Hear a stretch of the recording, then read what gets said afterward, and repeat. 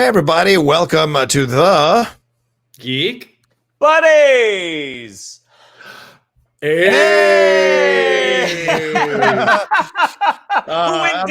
Who went deep just now? I did. We're talking about the boys. Oh, you went deep underneath. Yes. I went deep. I wanted to change things up a little bit. Surprise you.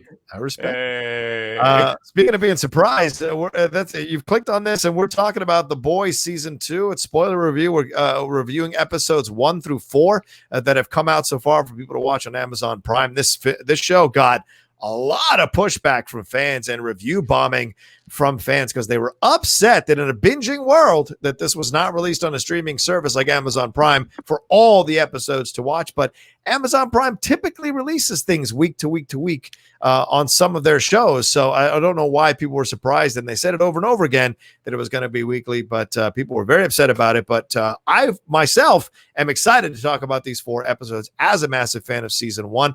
I am John Rocha. I am Michael Vogel. And this is Shannon McClung. All right, so we're going to get into what we liked about the show, about these first 4 episodes, and what we didn't like, and give you basically a spoiler review of this. So if you haven't seen the first 4 episodes, thanks so much for downloading this or clicking on it to watch on YouTube. But stop it here. Go and watch those 4 episodes and then come back or stay around. Do whatever you want. It's your life. That's for sure. So season 2, the basic synopsis they released was, with the Homelander going off the rails, it may be up to superhero Starlight and Queen Maeve to restore the 7 to real superheroes who actually care about protecting humanity more than their own superhero image. And certainly that first season left us with a lot of surprises. The death of Elizabeth Shue, Homelander having a child with Butcher's wife, or who we thought was dead. The young girl came in and she's got these. She started to speak. She became not to speak, but she became an animal, and she found out her powers, and so she can kill people like crazy. Noir's off doing his thing, and Homelander is pretty much a villain. And Starlight has been kind of figuring out how to work her way into this 7 from her religious background, and had to go through a lot of shit while she was also falling in love with Huey, or so we thought. So that seemed to be where we were ending season 1, jumping into season 2, which picks up there right after the events of season 1. And there's a lot of fracture. So overall, what do you guys think of the beginning of the first 4 episodes of this season 2 of The Boys? So I am going to start with a gripe. And this has nothing to do with the show. Okay. The releasing week to week, I don't care about that. Like, people that get upset about it, I'm like, that's dumb. Like, you're going to get the show eventually. What's the issue?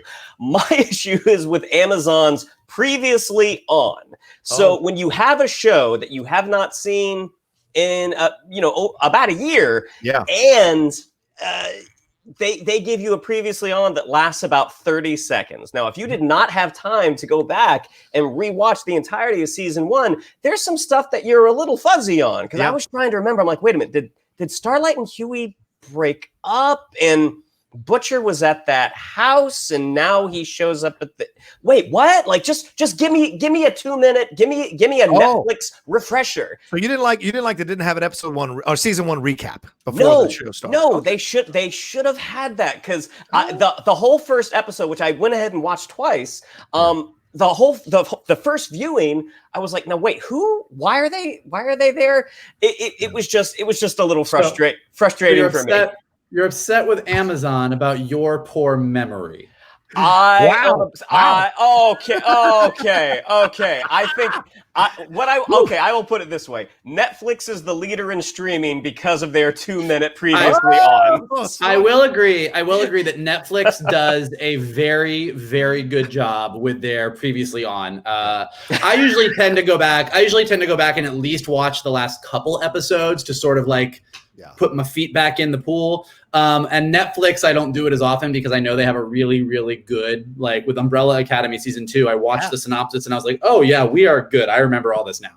Right. So I don't disagree with you. I just think it's funny that I'm just picturing old man Shannon yelling at the TV because he can't remember who did what. Honey, come in here, honey. Where did we leave off with this guy? Old man yells at Cloud. That's it. Anyway, all right. So aside from your confusion, what do you think? What did it go thus far? Again, I've never read the book, so I'll be curious to hear from you guys how comic accurate this is.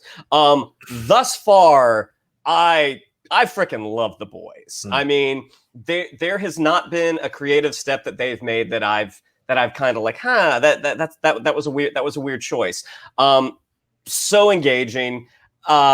Huey Jack Quaid is looking more and more like he has the face shape of his mom, but he's starting to look like Dennis Quaid more and more, and it's really eerie. I love the fact that Starlight is trying to be a good team player. She's in the outfit that she didn't like, but she's wearing it because she knows, like, if I'm able to make a difference, this is an unfortunate necessary first step. I love the inclusion of Stormfront. I mean, like, what an interesting character, and some interesting twists and turns with her as well. And just the whole, we didn't really get to see Black Noir do very much in season 1. What an introduction to his abilities and sort of the ferocity and the humor at the same time. And Anthony Starr, who plays Homelander, I went back and I was just looking at his IMDb because he's from New Zealand. I'm like, what else has this guy done? Like, he had been on a couple of cable shows. I think a show on Cinemax. But watching this guy, I'm like, this guy is so magnetic. I mean, he's obviously a terrible person, but you can't not have your eyes glued to him. And I think that the stuff that's going on with Chase Crawford's The Deep, and the introduction of an Archer character, which I thought was really, really funny. Yeah, I know. I love it. And what a coincidence that Chase Crawford is getting sort of an indoctrination into this organization at the same time as, like, The Vow is on HBO. The timing is very humorous. Thus far, I think everything is just fantastic. And one of the best action sequences that they've had in the series thus far in episode 3. Okay. Yeah. I mean, what I love about The Boys in general, and what I loved about season 1 and season 2 has just continued on with this theme, is the idea of taking the world of superheroes that we all love and adore and kind of worship, the world of superheroes that we all love to love, and just colliding it with the fucked up world that we live in. And seeing how things really would be in that world. So obviously the biggest piece of that is celebrity itself. Like, you know, if superheroes are the biggest celebrities, the companies that are behind the superheroes and the PR teams and the marketing people and everything. And that was a big part of season 1.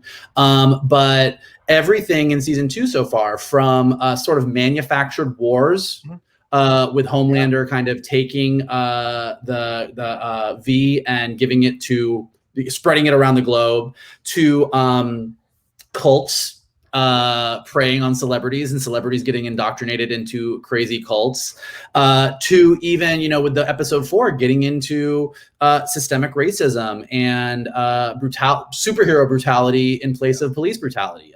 You know, and I, like, even in episode 4, there's a couple, like, just quick shots of, like, that billboard that they passed on the way to find out about Liberty that said, that baby that you aborted could have been super. Or the Homelander painted on the side of a barn with a Confederate flag instead of the American flag behind it. You know, there's in 1,000 big ways and little ways, they take our world and use the world of superheroes to reflect it back to us, which is what the best fantasy and sci-fi should do. And it just kind of really makes everything feel a little bit different. Like, you know, I was thinking about this as I was watching, especially episode 4 with Homelander. And I was like, watching a Homelander and just how terrifying he is makes me realize why I love Superman as a character so much, because Superman as a character is not, in a lot of ways, not realistic. Somebody that powerful would probably be a lot more like Homelander. It's like, that's why Superman is so aspirational and Homelander is so fucking horrifying. What was the movie that came out last year? Brightburn. Yeah. What The Boys is doing successfully with Homelander is what Brightburn kind of wanted to do, but kind of fell apart. And Homelander is like, this is the Superman that will give you nightmares. Right. So that's, like, overall, that's my main thing. I mean, I think Stormfront is amazing. I think the way that she's been introduced is super interesting.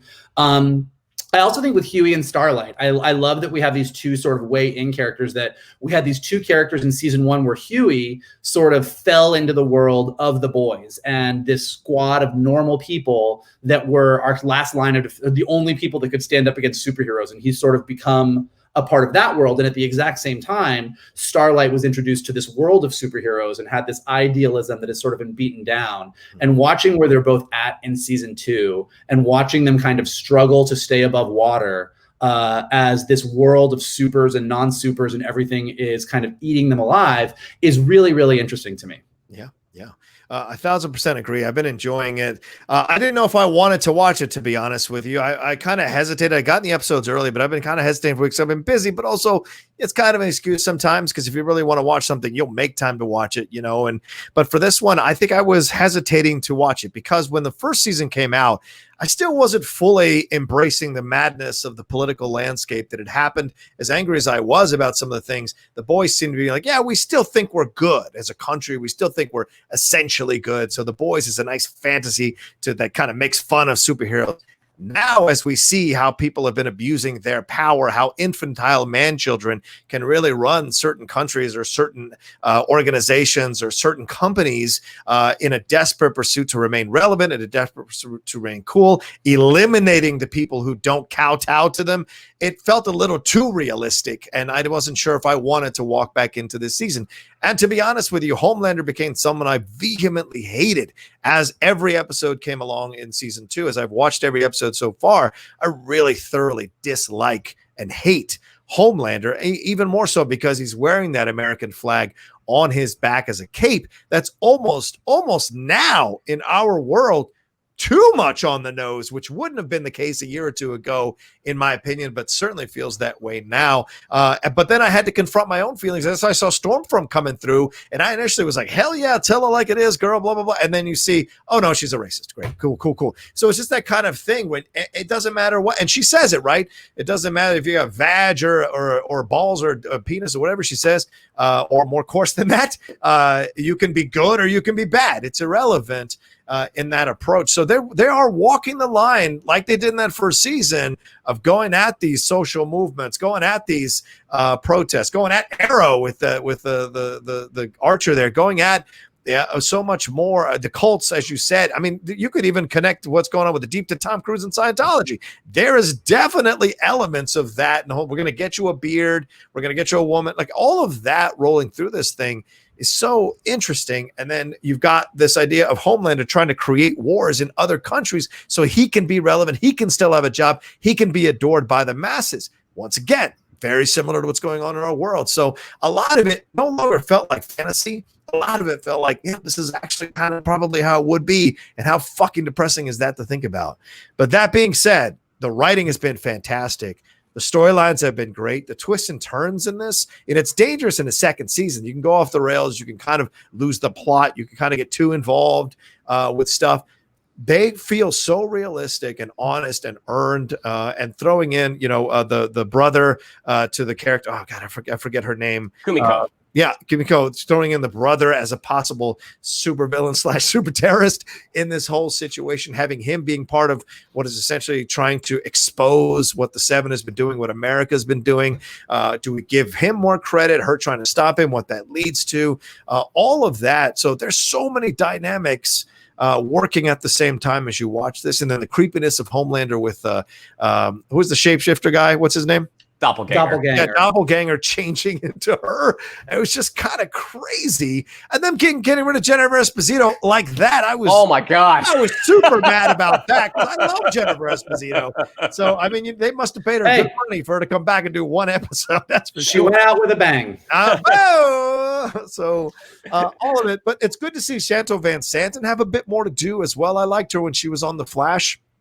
Apparently, Sean Ashmore is going to be coming into this thing, I think, in season 2. Is that correct, or was he in season 1? I thought I was seeing that he's going to come into season 2 a little bit. Sean Ashmore is, yeah. And Gordon Visnick is going to be part of this as well. Some people remember him from ER and Elektra. He is going to be part of this as it goes along. So, and Layla Robbins has been really great as Grace. His Contact, some of you may remember her. I think she's been in a number of films from the 80s and 90s and 2000s as well. So you'll recognize her in this film for sure, or the show rather, for sure. So, and then you throw in Patton Oswalt voicing over the gills of the deep, them singing You are so beautiful to me. Oh, it's the nuttiness of it all. It's just so out there and crazy. But yeah, I'm sorry.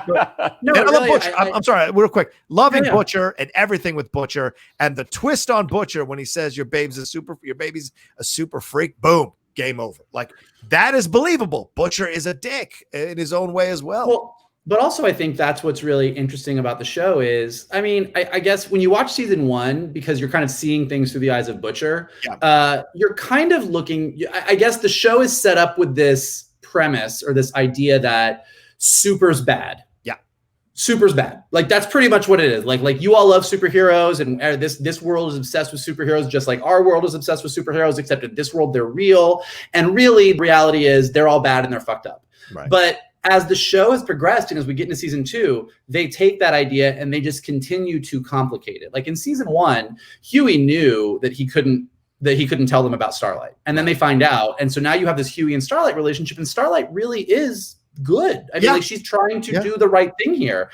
And you find out more about Maeve and you realize that's really complicated. And the Deep is just on his whole journey. But then you find out, Butcher's son is a super. And like in this 4th episode, is it Mother's Milk? Is that his name? Is that his Mother's Milk? Yeah. Mother's Milk. Yeah. You had that wonderful scene at that diner with Starlight and Mother's Milk talking about their dads. Yeah. And you see that Mother's Milk, who was definitely on Team Butcher in season 1, as far as supers are bad, you see the fact that he does have these sort of paternal instincts and misses his family. Yeah. And he sort of starts like being kind of a dad to Starlight. And so with Butcher having a child who's a super, you're seeing that again, like, just like the world we live in, that the two extremes being the boys on one end and supers on the other end, the reality gets really complicated. And so it's going to be interesting to see as the series progresses, like who ends up helping and teaming up with who and who can't get past their shit. Like, will Butcher get to the point where he would be okay with Starlight standing next to him the way Mother's Milk is getting there? Or will Maeve end up helping them out? Or where is Black Noir on all of this at all? Because what the fuck is he thinking? And so I think watching, and maybe this is just me sort of projecting because of all the things that I get frustrated with looking at social media or the world or America in general right now, but watching a show that is built around two such polar opposite extremes in your main characters who you like, and watching them be on completely opposite sides, but then watching the way the show continues to complicate it. And ultimately, who's the real big villain here? Aside from Homelander, who is literally the worst, it's Giancarlo Esposito, who's the head of Vought, who's human.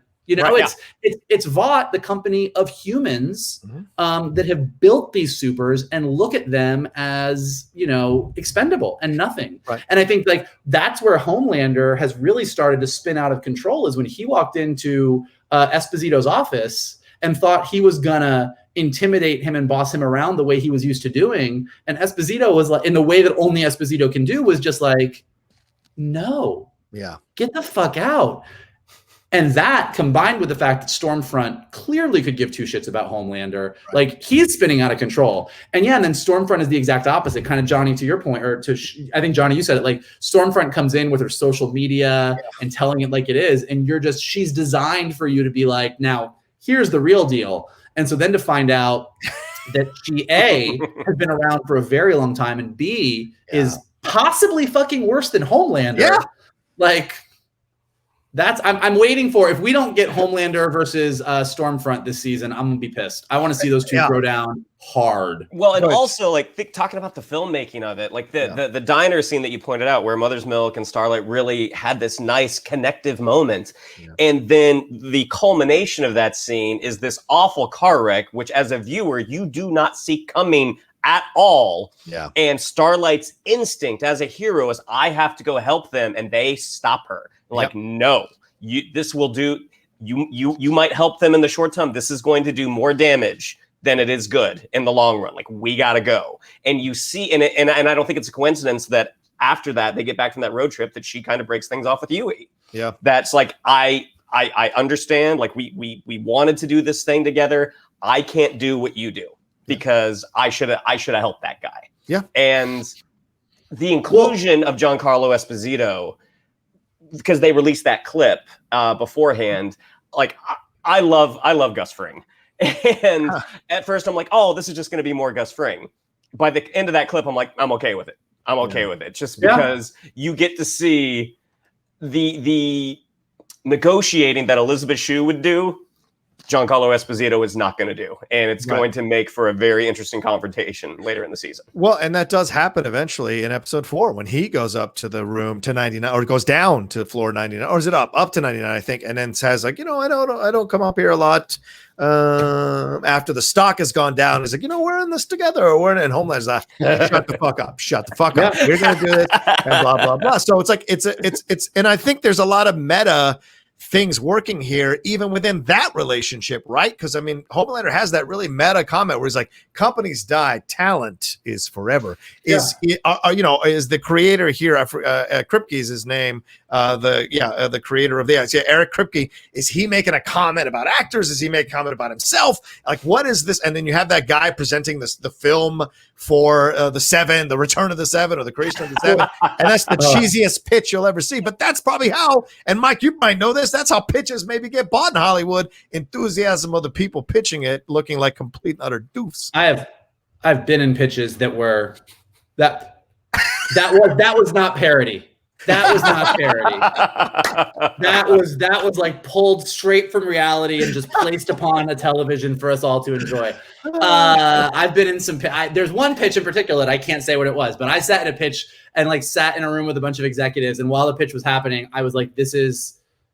I was Stormfront. I was like, "This is the worst thing I've ever heard." And the pitch got done, and it was with a pretty big name director as well. And we sat in the room, and everyone else in the room, every other executive was like, "Well, that was amazing. that was fantastic." And it got done, and then the creative team that pitched left, and I looked around, I'm like, "What did you guys even like about that?" And they're like, "Well, it was this and it was that." And I was like, "That was horrible." That movie got made, and it was horrible. What does it rhyme with? Yeah. No, sir. No, man. One character in that movie. That's all. No. But, can we guess? No. But yeah, I love. Now I'm just thinking like, oh, can I say it? No, I can't. Does it rhyme? But does it rhyme with retaliation? Yeah, okay, go ahead. Yeah. Does it rhyme? Nope. I've said too much. But yeah, no, I do think that in the same way that I was saying, I really like how they're taking, super's good, super's bad and complicating it. I think that scene you're talking about with Esposito and Homelander, where like the first scene was Esposito was in power. He's like, we're the money and we're a pharmaceutical company. You guys are nothing. And then when that all got reversed and everyone found out about Compound V and he kind of needed them, the roles reversed. And so even that relationship is more complicated. And so whether it be Butcher and his wife, Butcher and his wife's son, Huey and Starlight, Stormfront and the Seven, Maeve and Homelander, Butcher and Frenchie and Mother's Milk, because they're kind of more like seeing like Mother's Milk is sort of as of episode 4 kind of seems like he's like kind of leaning more towards Huey's direction of things. Certainly. So it's doing what a second season of a show should do, which is it's taking everything and making it inherently more complicated, but not complicated in a plot-driven way, not adding more stuff on top of stuff on top of stuff to where we're getting really confused in what's going on. All of the complications here are emotional. Every complication is a character complication where as more information is coming out, as we're finding out more about what's going on with Vought and Compound V and supers in general, it's changing everybody's perspective on what they thought was true. And that's making the relationships between the characters change. And that's just really, really good storytelling. You're seeing Queen Maeve become more rebellious inside about the situation. And now that Homelander knows about her relationship and dropping that bomb on the show, outing her as a lesbian without her permission in that moment, I mean, that was just horrific to see happen. And then her reaction afterwards of like, where's my girlfriend? What have you done? Because she knows the evilness that lurks within Homelander. both overtly and subconsciously with him all the time. And he rules that place with a very, very evil iron fist, man. It is unsettling, some of the back and forth. And you're right, Anthony Starr does such a fantastic job when he has this, like when he's gritting his lips and his mouth, when he's trying to not get, trying not to explode at a moment. So he's eating a lot of shit and it's driving him nuts. So an explosion is coming that does not fit what is there. And yeah, him and Stormfront are definitely headed for something. Them pursuing the Liberty angle is definitely going to expose her even more. And there's another meta thing it's working through too, is this idea of like, oh, how much love you have for superheroes. In that first season, it was about how these superheroes can be really selfish and just like human beings. They just accentuated versions of human beings. Now I think the second season is they're making fun of the audience for being slavishly devoted to superhero films and superhero TV shows, to show you that you're kind of foolish to be this way as well. And you got to see like behind the scenes of what these superheroes represent. How many people come forward and speak about Batman and go, this isn't someone you need to be idolizing or admiring. This is a vigilante. He's a rich kid who's taken out his anger about his parents on these criminals and breaking legs and breaking arms and killing people, depending on what version of Batman you like. So why are you loving this hero? So there's a lot of that I think is kind of bubbling below the surface throughout the second season, as well as they expose more of Stormfront, more of Homelander. And yes, there are some people who want to be good as well, which is something we didn't see in the first season. We see now that, Maeve and Starlight are starting to bubble up. And A-Train's story, we haven't even mentioned A-Train's story. A-Train's story is interesting too, because that kid is just caught in between. And that moment he has with Starlight where he says, yeah, the only people who say that life's more than money are the people who grew up with money. And that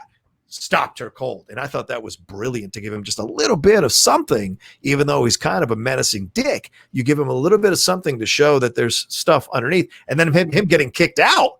Now we're really going to see what we've got with A-Train and what his journey is going to be like here in this situation. So there's much that I'm enjoying. Yeah, I think to your point, what season one really was the world of the superheroes was really clear, including to the superheroes. Like that's right. What we saw with Starlight. To be a part of this world, to get the money and the endorsements and the celebrity and the action figure and everything, this is the price. So what you saw with the Deep and Maeve and A-Train and all of them was they were resigned. This was the way the world was. And Homelander was happy because what they were resigned to was kind of the Homelander's way of life. Like we do whatever we want, and it all gets covered up for us and nobody knows, and we get to be the gods of this world. And the price of that is you don't get your relationships, you don't get this, you don't get that. And so that's what it is. And what we're seeing in season 2 is those it's all cracking. Compound V is out. Starlight has done what she, and even just the existence of Starlight being someone who's a bit more genuine and wants to be a hero in the real way